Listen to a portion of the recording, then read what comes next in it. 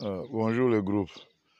Comme Moutounion soit singa qui n'a filmé école et on a aussi la Moutounion soit à la sans commentaire. N'a seconde pour tirer va conclure.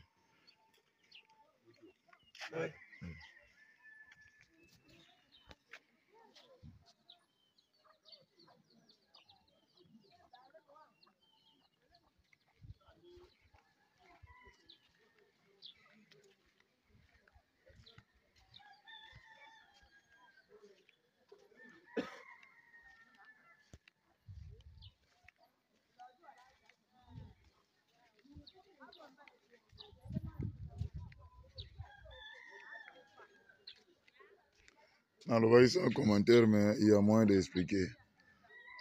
Ça, c'est le bureau du préfet. Il y a une petite toilette à côté. Comme vous le voyez.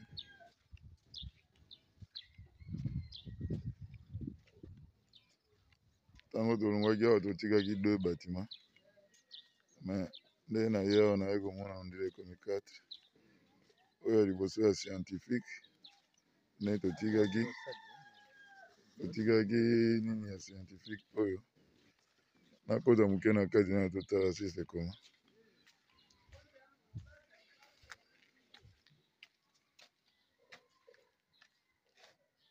Sans commentaire, tableau yango ozomona. On a koti na 6e scientifique. Ndeka bomoni wana. Tant totikaki oyo ezalaki scientifique, kuna ezalaki pédagogie. Namoni bâtiment mosusu na nsima. Mwana ayeba te soki babakisi ba option mosusu.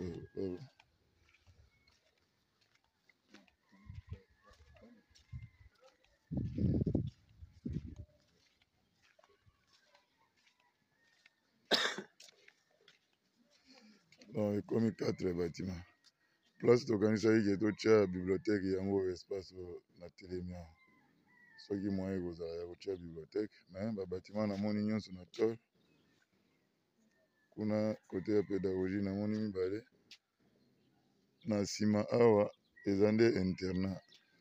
Onayebi position oyo internat oyo te eza porte moko. Na kati kuna nayebi te namoni bakangi yango. Internat yango na nsima ya école.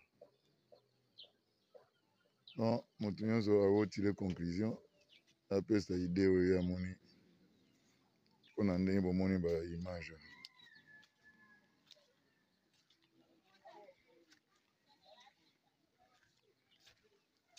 Atala na kati ya pédagogie kuna mpe soki eloko nini eza na kati.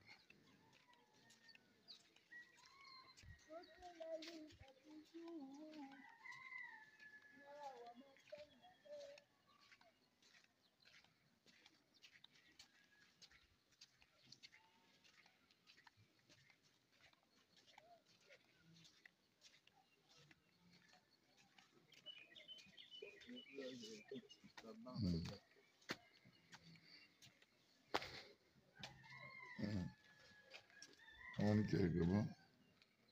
Tableau eza te soki bakomaka na nini, on ne sait pas. Voilà.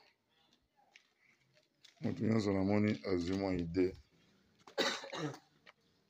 ya école. Ok.